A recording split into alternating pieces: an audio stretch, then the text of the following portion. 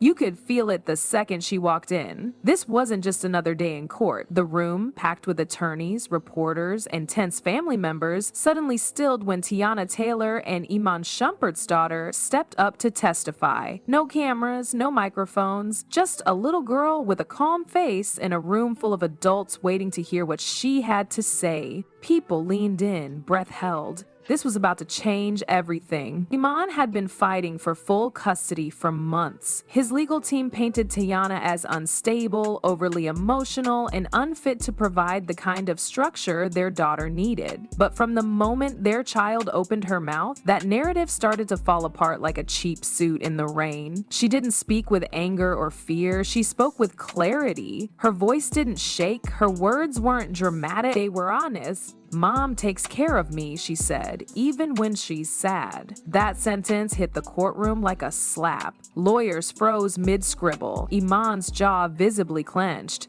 Teyana, seated nearby, put her hand over her heart and tried not to cry. This wasn't some performance or media stunt. There were no theatrics. It was just a kid telling the truth. And that truth, it didn't do Iman any favors. For months, Iman's side had been spinning a story that Teyana was erratic, that she wasn't providing a safe environment, that her new relationship was a distraction. But here was their daughter, standing in front of a judge, essentially saying the opposite. And people noticed. Even the court officers, who usually look like statues, shifted slightly, eyes locked in. One attorney later admitted, "I've never seen a room go that quiet, that fast." The girl didn't try to destroy her dad. She didn't rant. She didn't throw around accusations, but she did talk about what life felt like, what made her feel safe, what made her feel seen. And you know what? That carried more weight than any legal document in the building. And just when the room started to settle into that heavy silence, she dropped something else. "Mom's friend is really nice to me. He makes me feel safe."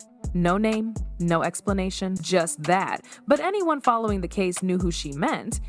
Pierre, the man Teyana's been quietly seeing, the one Iman's lawyers had tried to frame as an unnecessary presence in the girl's life. You could hear a ripple move through the courtroom, not gasps, but something quieter, a shift in posture, a few eyes darting toward the back of the room where Aaron sat, still and silent, not speaking, not reacting, just there. And that, weirdly enough, was powerful. Aaron didn't show up with a flashy suit or a PR statement. He didn't try to play dad. He just sat in the back, watching, supporting, saying nothing. That silence said a lot more than words ever could. Meanwhile, Iman looked like he'd been punched in the stomach. Not because his daughter attacked him, she didn't, but because she didn't say the things he expected or maybe needed. He sat frozen, his face pale, his eyes barely blinking. One reporter tweeted, "Iman looked like a ghost, like someone who just realized the game changed and didn't know the rules anymore." And honestly, that's exactly what happened. The courtroom wasn't supposed to go like this. Iman's team had a strategy. They had objections ready, arguments lined up. But what they didn't have was control over their daughter's truth. And that truth had just flipped the script. The moment the child mentioned feeling safe around mom's friend, Iman's attorneys sprang into action. They objected, arguing it was inappropriate for a minor to comment on adult relationships in a legal setting. The judge paused, gave them a long look, and then shook his head. "The emotional context matters," he said. That ruling wasn't just a procedural win for Teyana, it was a signal. The court was willing to hear the full truth, even if it made people uncomfortable. From that point on, things got real. The girl began sharing small but powerful glimpses into her day-to-day life. No wild accusations, just quiet honesty. She talked about routines, late-night phone calls, and moments that stuck with her, like when her mom checked her homework even while crying, or when she made pancakes after arguing with Iman the night before. These weren't just stories. They were snapshots of a life that wasn't perfect, but filled with effort, filled with love, and that meant something. Iman's side grew visibly tense. His lawyers kept exchanging whispers, flipping through notes.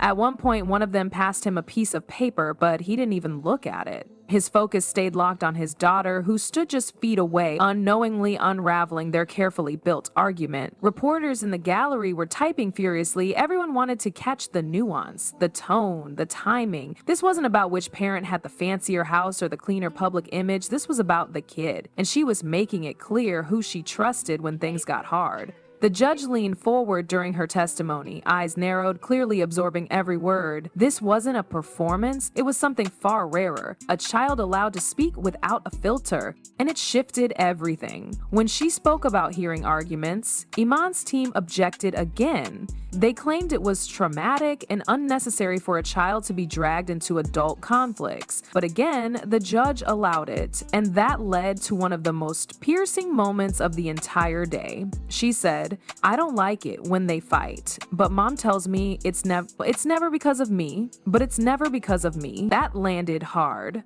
The judge nodded slowly. Teyana quietly wiped her eyes. Iman sat rigid, a vein visible on the side of his neck. No one had expected this. Most people assumed the child would give a few polite, vague responses, maybe say she loved both parents and stepped down, but she stayed. She talked. She opened up in a way that made the courtroom feel less like a battleground and more like a diary being read out loud. And while she never said anything cruel about Iman, she also never painted him as the hero. That absence was loud. It left space for speculation that Iman's team couldn't fill with prepared statements or cross-examinations. Pierre stayed seated the whole time, still not saying a word. But people noticed him. When the daughter mentioned her comfort around him, his only reaction was a slight shift, like someone trying not to cry in public. No theatrics, just presence. By the time the testimony ended, it felt like the room had been turned inside out. The polished strategies and well-rehearsed arguments had been replaced with something raw, uncomfortable, and incredibly human, and as the judge thanked the young girl for her bravery, a hush fell.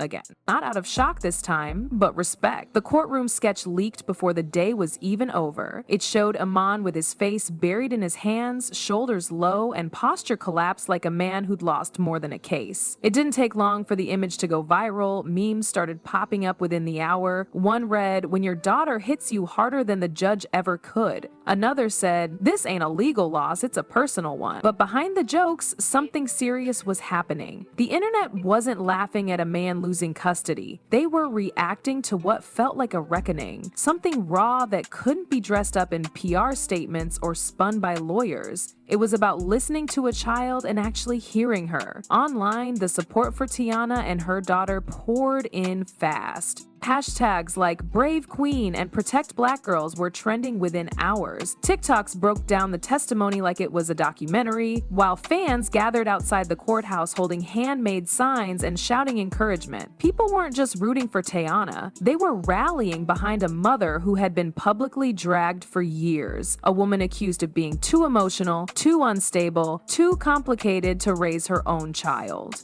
The testimony flipped all of that. In just a few sentences, her daughter had validated her fight. Inside sources said Teyana's legal team walked out of the courthouse with a new kind of confidence. One of her close friends posted, "She didn't coach her kid, she listened to her. There's a difference." And suddenly, that became the dominant narrative. This wasn't manipulation, it was a moment of truth that cut through the noise. Iman's side didn't take it well. His family allegedly called the judge's decision to allow the testimony reckless. Some even claimed the little girl had been coached, but no evidence backed that up. The child hadn't said anything too polished or rehearsed. In fact, the strength of her words came from how unscripted they felt. Her voice cracked at one point, she fidgeted, she looked at her mom for reassurance. All normal, all real. That made it even harder for Iman's side to spin.